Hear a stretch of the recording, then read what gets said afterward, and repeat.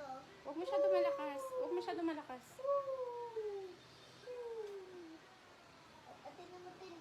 Atino mo din to. Sito. Chair to, chair. Pang alternate, no? Sa duyan. Oh, yan o. Maganda siya. Matibay siya, guys. Ganito yung ano niya. Sura ng hook niya. Para may reference kayo. Oh. Yes. Ganito yung itsura sa baba. Ganyan. May pindot. Ano to eh. Napipindot yan. So, yun guys. Diba?